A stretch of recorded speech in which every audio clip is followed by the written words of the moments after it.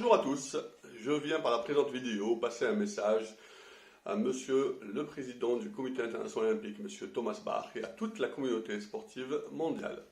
Monsieur le Président, en ma qualité d'ex-président d'une fédération nationale et membre d'un comité national olympique, j'ai eu l'occasion de vous croiser pour une brève discussion concernant un problème d'une fédération internationale, et ce fut un plaisir. Étant cadre du sport, je continue donc à suivre les événements sportifs internationaux de plusieurs sports et en particulier l'actualité sportive mondiale.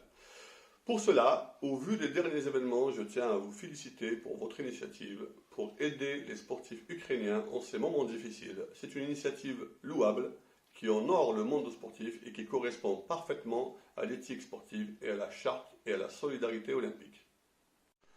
Par contre, et à l'occasion, je souhaiterais juste attirer votre attention sur les athlètes d'autres nations qui sont dans la même situation, voire pire.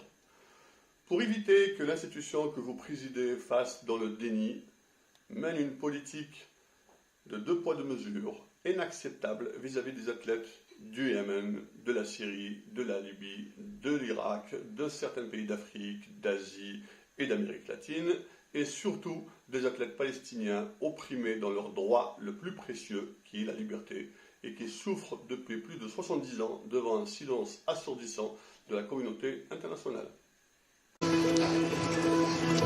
C'est la première fois qu'Allah remonte sur son vélo.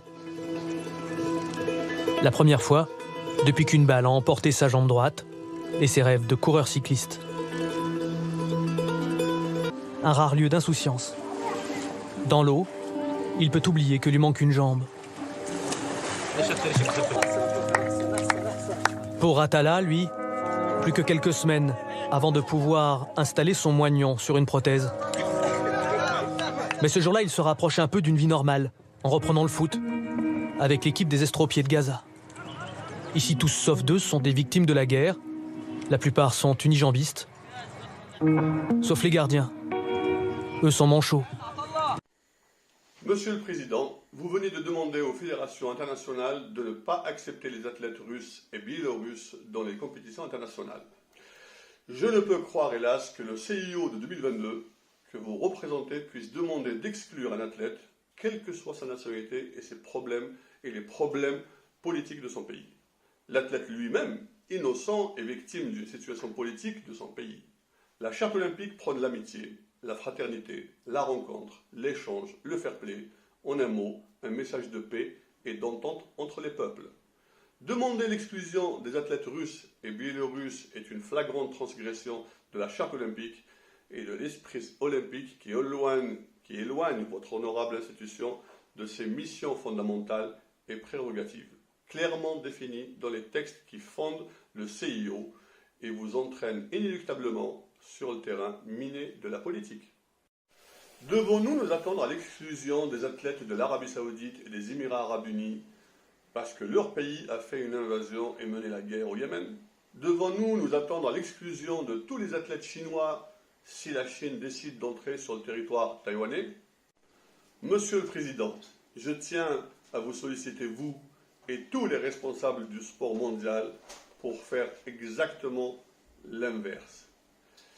Faire rencontrer les Russes, les Biélorusses et les Ukrainiens dans toutes les compétitions et à toutes les occasions pour faire passer justement un message de paix et d'amitié au monde entier et surtout au monde politique.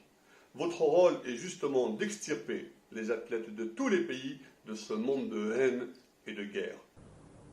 Sport has the power to change the world.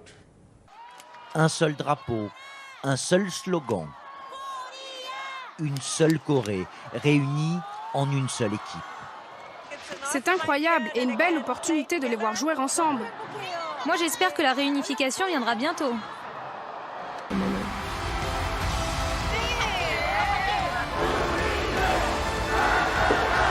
정말 길인데 여기서 느낀 것은 정말 한민족이고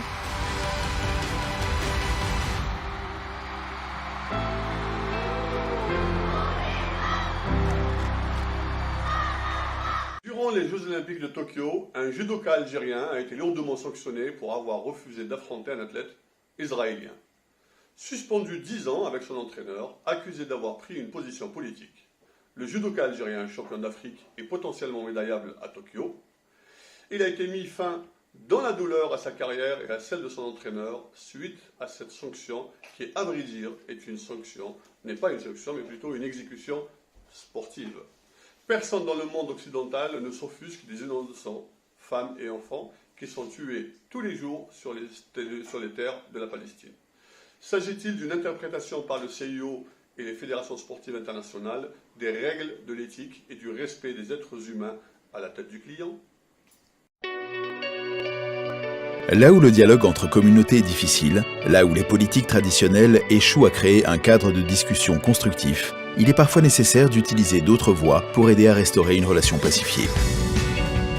Convaincu que dans ces situations, le sport peut contribuer à recréer du lien social, l'organisation Peace and Sport œuvre pour mettre le sport au cœur des politiques sociales dans les pays fragilisés par les conflits, les catastrophes naturelles et la pauvreté.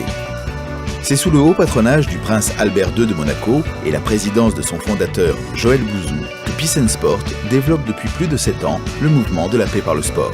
Sport can create hope. Monsieur le Président, vous et tous les représentants du sport mondial, vous devez vous en tenir à l'éthique sportive et à la charte olympique et ne pas faire dans le 2 poids 2 mesures et surtout pas rentrer sur le terrain politique qui n'est pas le vôtre. Si nous devons faire le parallèle en matière de sanctions que celle des athlètes, tous les dirigeants sportifs impliqués dans la politique doivent être sanctionnés pour la même durée de 10 ans pour les raisons suivantes. Pour avoir mêlé le sport et la politique, pour prise de position dans un conflit politique, exclusion d'athlètes et refus de compétir. Au lieu de s'ingérer dans la politique des États, le CIO gagnerait plus à œuvrer pour un nouvel ordre sportif mondial qui est la préoccupation majeure de la quasi-totalité du monde sportif. Le rôle du CIO n'est-il pas la défense des valeurs olympiques, la sauvegarde de l'éthique, la bonne gouvernance et la transparence dans la gestion qui fait grandement défaut au sein de vos représentations continentales comme l'ACNOA, votre représentation en Afrique, où règne une gestion suspicieuse de son président, comme le détournement de fonds de la solidarité olympique et la double facturation, dénoncée à plusieurs reprises par le monde sportif et olympique africain sans aucune réaction à ce jour. Personne n'aime la guerre, personne n'aime la souffrance. Et j'encourage tous les sportifs, chacun dans son pays, de se battre avec les seules armes que nous maîtrisons, c'est-à-dire nos valeurs olympiques et notre esprit sportif. À tous les acteurs, dans toutes les représentations sportives du monde, nationales et internationales, sortez et prônez la paix et pas la guerre, la rencontre et pas l'exclusion, l'amour et pas la haine, l'unité et pas la division. Je me permets, Monsieur le Président, aujourd'hui de vous décerner un carton rouge pour votre décision incompatible avec la Charte olympique. Quant à moi, je me joins à tous les sportifs du monde qui ont brandi le carton blanc, symbole de la paix dans le sport. Behind each wild card, there is a story where sport fosters reconciliation and coexistence within and between communities. A story where sports contribute to building more inclusive societies and combat all forms of discriminations. Join us, raise it, share it.